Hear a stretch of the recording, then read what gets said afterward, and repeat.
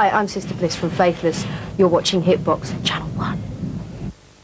שלום רב לכם, צופים וצופות יקרים, ברוכים הבאים לקופסת הלהיטים שלנו. כפי שראיתם, סיסטר בליס, מנהיגת ההרכב פיית'לס, היא תהיה במרכז התוכנית שלנו היום, היא וההרכב פיית'לס. סיסטר בליס נמצאת כאן בארץ, ואנחנו נביא ראיון טלוויזיוני ראשון איתה. זה יקרה במרכז התוכנית שלנו, מה שאומר שיש לנו היום בשבילכם פרסי פיית'לס. אנחנו נזכה אתכם היום באלבום של פיית'לס, האלבום Sunday 8 p.m, הסינגל של פיית'לס, God is a DJ, וגם בקלאב 99, אלה פרסים מתנת פונוקול.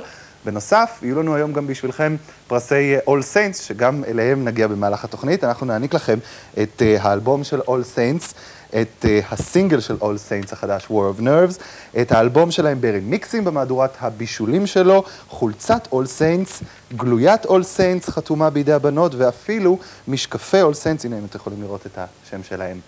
מה אתם צריכים לעשות כדי לזכות בפרסים האלה? מאוד מאוד פשוט. לבחור את הקליפ שאתם הכי אוהבים, אתם יכולים לבחור אותו מבין הלקט שתראו עכשיו, יש בו 4 שירים, שימו לב למספר שמופיע ליד כל שיר, וחייגו אל הטלמסר שלנו, הפרסים מחכים לכם. פיית'לס, ההרכב שאתם ואנחנו כל כך אוהבים, מנהיגת ההרכב, סיסטר בליס, קפצה לארץ לביקור יחד עם רולו, המפיק של ההרכב. היא הופיעה בשבוע שעבר ביום חמישי במועדון אלנבי 58 בתל אביב, ולמעשה הם עדיין נמצאים בארץ. היי סיסטר בליס, היי רולו, הם רואים אותנו עכשיו בשידור חי, ואנחנו נראה את הרעיון שערכנו איתם. אגב, שמה האמיתי של סיסטר בליס הוא איילה, כן, גם היא יהודייה. בואו נראה. Hi Sister Bliss, how are you? I'm very well, thank you, I'm fine. It's lovely to be here again. You're in the middle of a world-breaking tour, very huge tour. How do you find time to DJ? Do you? Well, this is a special one for me. I haven't really DJ'd very much over the last 4 months. We've been all the way around Europe. We've been to America. We've been to Japan for the first time ever, which is really very exciting. And so basically the DJing's taken a bit of a back seat. But January we had 3 weeks off, and then we start again. We're going back around Europe, and we're going to Australia and South Africa as well. So this is my last chance to get in some DJing. As far as the new album is concerned, are you happy with what it did so far? Are you happy with its success, with its where it stands right now? Yeah, I mean, really, we just make the music that we want to make, and any success is like a real bonus. I think it's definitely got further to go. It's only been released for 3 months, and it's still very much in the early stages, but it's really sold a lot of copies so far, which is fantastic for us, because when we first started Reverence, we really did it for fun. When we made the first album, Reverence, rather, we really did it for fun, and we thought, well, Rollo said, well, if it sells 10,000 copies around the world, I will be so happy. And, you know, we thought, who would want to buy this album with a bit of house on it, you know, some funky stuff, a bit of hip-hop, and a waltz all kind of cobbled together. And it's so funny because, you know, nearly 1 million people did.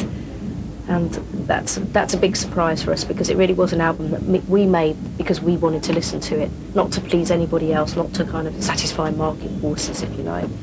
So that Faithless are able to continue not being very commercial, I think is something that we're really proud of, and we just hope to carry on. Bring the Family Back, which is really quite a down-tempo number from the album, and it's a very sad piece of music. I'm very, very proud of that one. It's kind of the keynote of the album, if you like.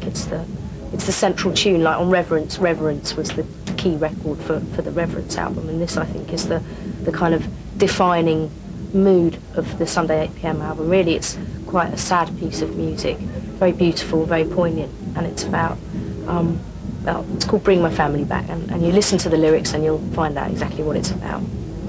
You know, the old projects that you and Rollo did before Faithless, are they ever going to be issued on, you know, be released on one compilation, one album, 2 albums maybe? It's an interesting question. I mean, at the moment we have to concentrate on Faithless because basically we have a lot of momentum now, what with the live band and festivals and being on our 2nd album. And really the music that we made then was an expression of how we felt then. So I'm not sure how relevant it would be today, but I think, you know, for the real hardcore fans, maybe in a couple of years' time we'll release a very special limited edition compilation of all our old music. But at the moment, you know, I think there are some people that collected it right from the beginning, but I think we've kind of moved on from that point musically. when you were working on the last album, you were here during one of your vacations here, and you said to me that this is definitely going to be your second and last album as Faithless as a project. Well, sort of, over dinner, you know, not in an interview. I don't think I did. I mean, I want it to go on for years till I'm old. Really? So, oh yes, till we're very unfashionable and hairy and you know, in a wheelchair, definitely. So music for old people.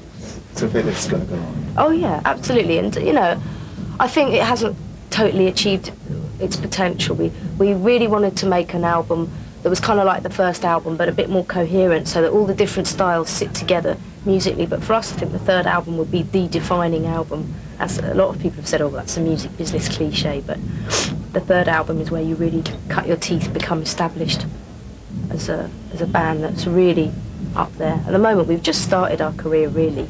If you look in terms of other bands that are successful, we're just at the beginning. So for me, that's at least, I think, another couple of albums of music within me, and definitely within Rollo and Maxi. There's lots we still want to say. Very opinionated people.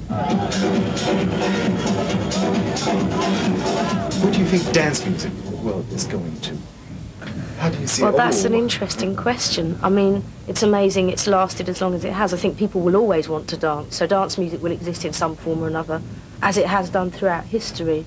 I think as there's developments with technology, as it becomes cheaper and cheaper, more and more people make music in their bedrooms, and that means it just carries on. You know, people that are making house music now were kind of 12 years old when it started, so it seems to be being passed on through the generations. People are growing up in an environment where they hear electronic music, dance music all the time, and people still seem to fall in love with it.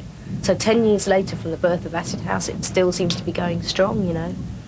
So it just seems to me to just carry on and find new ways of expressing itself, different genres, sub-genres, from drum and bass to deep house to tech house to speed garage, you know. The same form is mutating and developing all the time, and I don't see any stop to that, really. You and Rollo have been, well, to my view, the perfect musical couple for a few years. So is it possible that God is marrying a DJ? I don't know what to say to that. I've taken the words away. Oh, that's very nice of you to say, the perfect musical couple. I still think we have a long way to go. I think as a production team, we're learning new things all the time, and we've come a long way since we first started, individually and working together.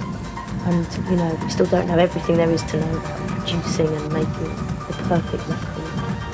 So maybe. Thank you so much. Maybe we are, maybe we're not. That's such an odd question. I'm lost now. Look, I'm lost for words. Sister Bliss is lost for words. What can you do? Thank you so much for giving me some of your time. Thank you.